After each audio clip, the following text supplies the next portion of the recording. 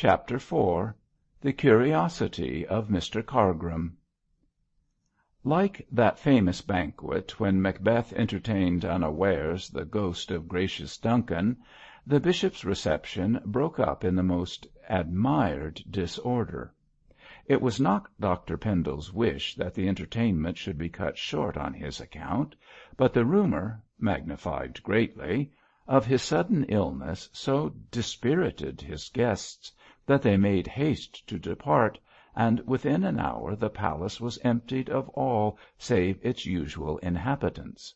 Dr. Graham, in attendance on the bishop, was the only stranger who remained, for Lucy sent away even Sir Harry, although he begged hard to stay in hope of making himself useful. And the most unpleasant part of the whole incident was, that no one seemed to know the reason of Bishop Pendle's unexpected indisposition. "He was quite well when I saw him last," repeated poor Mrs. Pendle over and over again, "and I never knew him to be ill before. What does it all mean?" "Perhaps papa's visitor brought him bad news," suggested Lucy, who was hovering round her mother with smelling salts and a fan. Mrs. Pendle shook her head in much distress. "Your father has no secrets from me," she said decisively, "and from all I know, it is impossible that any news can have upset him so much." "Dr. Graham may be able to explain," said Gabriel. "I don't want Dr. Graham's explanation," whimpered Mrs. Pendle tearfully. "I dislike of all things to hear from a stranger what should be told to myself. As your father's wife he has no right to shut me out of his confidence, and the library," finished Mrs. Pendle, with an aggrieved afterthought. Certainly the bishop's conduct was very strange, and would have upset even a less nervous woman than Mrs. Pendle. Neither of her children could comfort her in any way, for, ignorant themselves of what had occurred, they could make no suggestions. Fortunately, at this moment, Dr. Graham, with a reassuring smile on his face, made his appearance, and proceeded to set their minds at ease.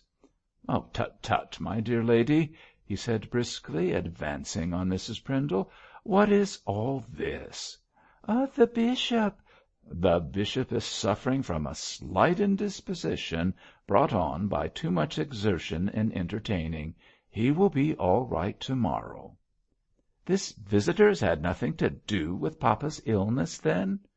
"No, Miss Lucy. The visitor was only a decayed clergyman in search of help." "Cannot I see my husband?" was the anxious question of the bishop's wife.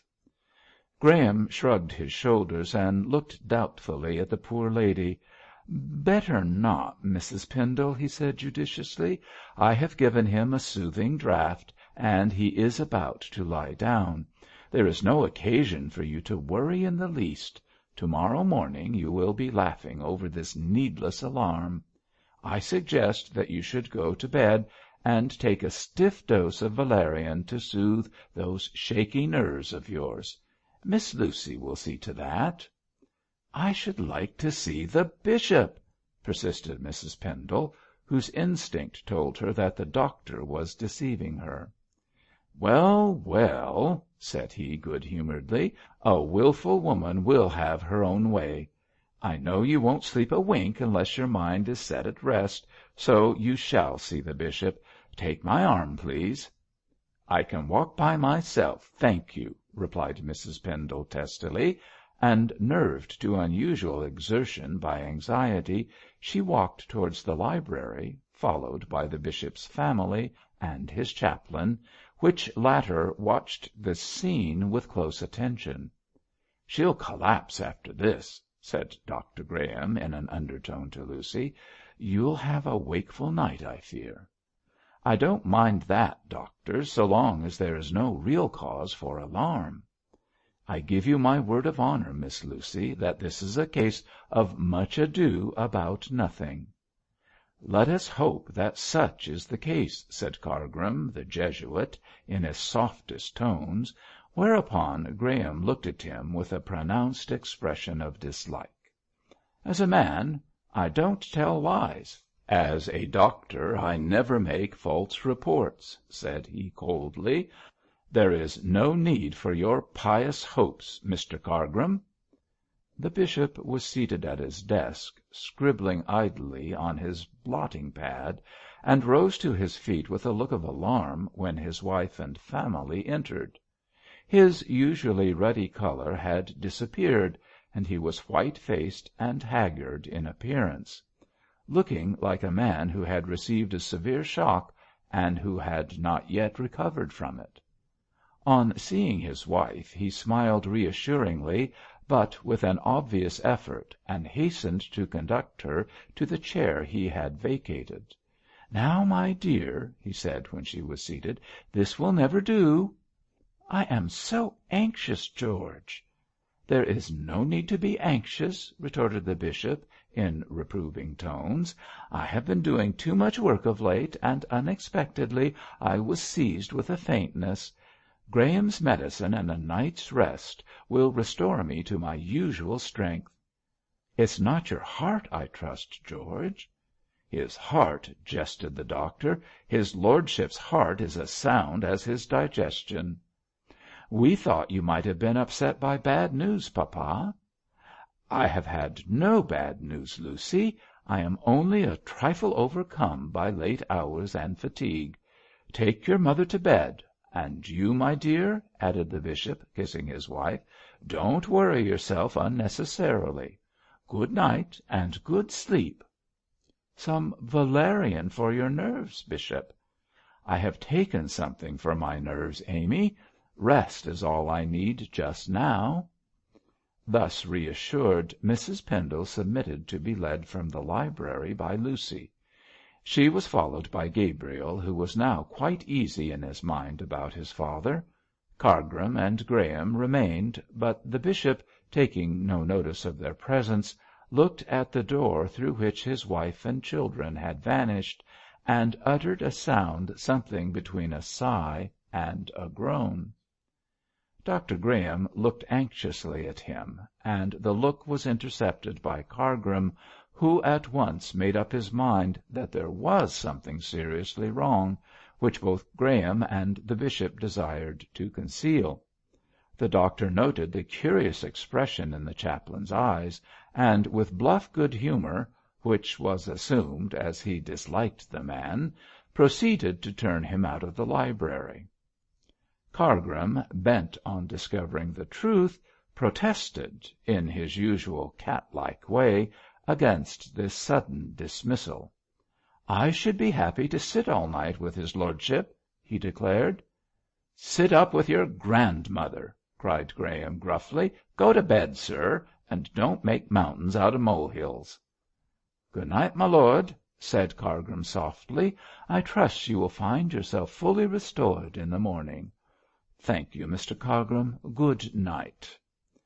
When the chaplain sidled out of the room, Dr. Graham rubbed his hands and turned briskly towards his patient, who was standing as still as any stone, staring in a hypnotized sort of way at the reading lamp on the desk. "Come, my lord," said he, touching the bishop on the shoulder, "you must take your composing draught and get to bed.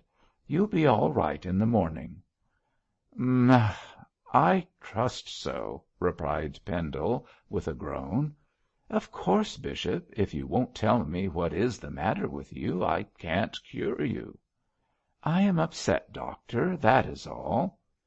"You have had a severe nervous shock," said Graham sharply, "and it will take some time for you to recover from it. This visitor brought you bad news, I suppose?" "No," said the bishop, wincing, "he did not." "Well, well, keep your own secrets. I can do no more, so I'll say good night," and he held out his hand. Dr. Pendle took it and retained it within his own for a moment. "Your allusion to the ring of Polycrates, Graham." "What of it?" "I should throw my ring into the sea also. That is all." "Ha, ha! You'll have to travel a considerable distance to reach the sea, Bishop. Good night, good night." And Graham, smiling in his dry way, took himself out of the room.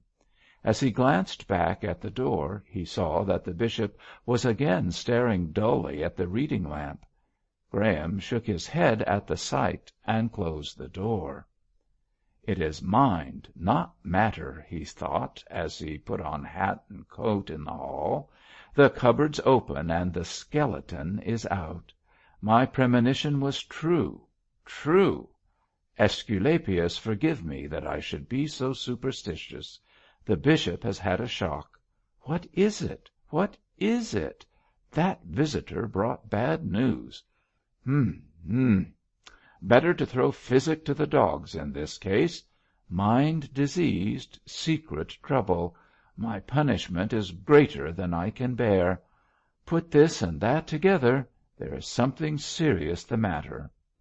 Well, well, I'm no Paul Pry." "Is his lordship better?" said the soft voice of Cargrim at his elbow. Graham wheeled round. "Much better. Good night," he replied curtly, and was off in a moment.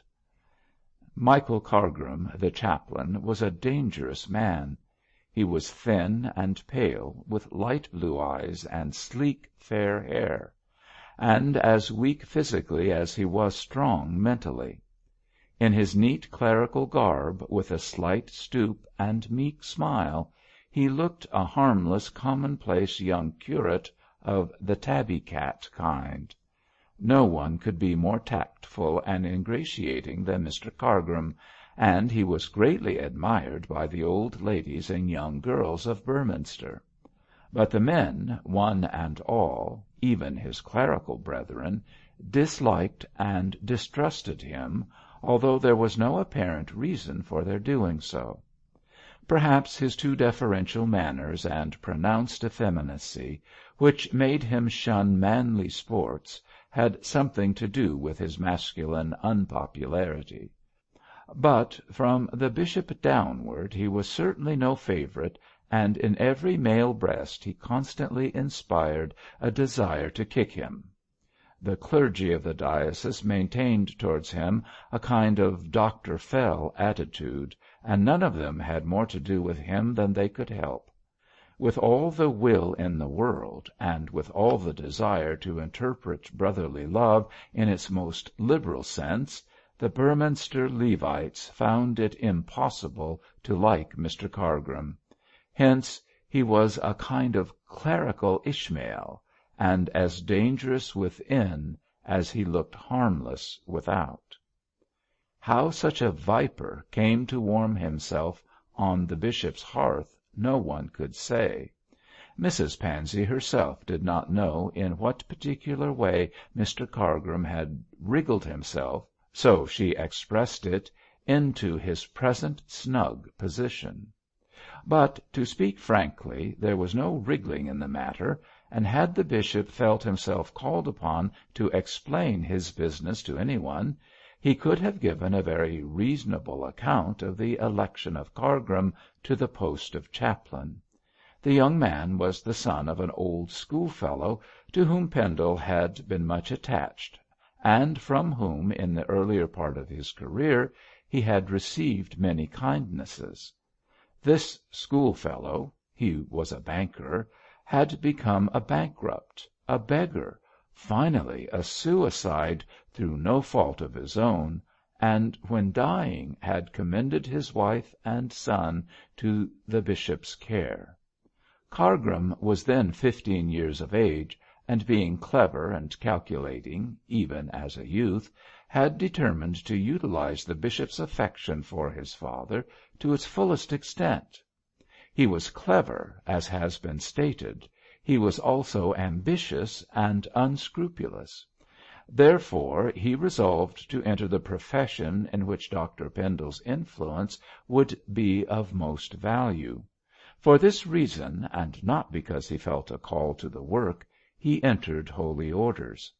The result of his wisdom was soon apparent, for after a short career as a curate in London, he was appointed chaplain to the Bishop of Beorminster. So far, so good. The position, for a young man of 28, was by no means a bad one. the more so as it gave him a capital opportunity of gaining a better one by watching for the vacancy of a rich preferment, and getting it from his patron by asking directly and immediately for it. Cargrim had in his eye the rectorship of a wealthy, easy-going parish not far from Beorminster, which was in the gift of the bishop. The present holder was aged and infirm, and given so much to indulgence in port wine that the chances were he might expire within a few months, and then, as the chaplain hoped, the next rector would be the Reverend Michael Cargrim. Once that firm position was obtained, he could bend his energies to developing into an archdeacon, a dean, even into a bishop, should his craft and fortune serve him as he intended they should. But in all these ambitious dreams there was nothing of religion, or of conscience, or of self-denial. If ever there was a square peg which tried to adapt itself to a round hole, Michael Cargrim, allegorically speaking, was that article. With all his love for the father, Dr. Pendle could never bring himself to like the son, and determined in his own mind to confer a benefice on him when possible, if only to get rid of him, but not the rich one of Heathcroft, which was the delectable land of Cargrim's desire. The bishop intended to bestow that on Gabriel, and Cargrim, in his sneaky way, had gained some inkling of this intention. Afraid of losing his wished-for prize, he was bent upon forcing Dr. Pendle into presenting him with the living of Heathcroft, and to accomplish this amiable purpose with the more certainty, he had conceived the plan of somehow getting the bishop into his power. Hitherto, so open and stainless was Dr. Pendle's life, he had not succeeded in his aims. But now matters looked more promising, for the bishop appeared to possess a secret which he guarded even from the knowledge of his wife. What this secret might be, Cargrim could not guess, in spite of his anxiety to do so, but he intended in one way or another to discover it and utilize it for the furtherance and attainment of his own selfish ends. By gaining such forbidden knowledge, he hoped to get Dr. Pendle well under his thumb, and once there the prelate could be kept in that uncomfortable position until he gratified Mr. Cargrim's ambition. For a humble chaplain to have the whip hand of a powerful ecclesiastic was a glorious and easy way for a meritorious young man to succeed in his profession. Having come to this conclusion, which did more credit to his head than to his heart, Cargrim sought out the servant who had summoned the bishop to see the stranger. A full acquaintance with the circumstances of the visit was necessary to the development of the Reverend Michael's ingenious little plot. "This is a sad thing about his lordship's indisposition," said he to the man in the most casual way, for it would not do to let the servant know that he was being questioned for a doubtful purpose. "Yes, sir," replied the man. "'Tis most extraordinary. I never knowed his lordship took ill before. I suppose that gentleman brought bad news, sir." "Possibly, John, possibly. Was this gentleman a short man with light hair? I fancy I saw him." "Lord, no, Mr. Cargrim. He was tall and lean as a rake. Looked like a military gentleman, sir. Don't know as I'd call him gentry, either," replied John, half to himself. "He wasn't what he thought he was." "A decayed clergyman, John?" inquired Cargrim, remembering Graham's description. "There was lots of decay, but no clergy about him, sir. I fancy I knows a parson when I sees one. Clergymen don't have scars on their cheekses, as I knows of." "Oh, indeed," said Cargrim, mentally noting that the doctor had spoken falsely. "So he had a scar?" "A red scar, sir, on the right cheek, from his temple to the corner of his mouth. He was as dark as pitch in looks, with a military moustache and 2 black eyes like gimlets. His clothes was shabby and his looks was horrid. Bad-tempered, too, sir, I should say, for when he was with his lordship I heerd his voice quite angry like. It ain't no clergy as'd speak like that to our bishop, Mr Cargrim." "And his lordship was taken ill when this visitor departed, John?" "Right off, sir. When I got back to the library after showing him out, I found his lordship ghastly pale."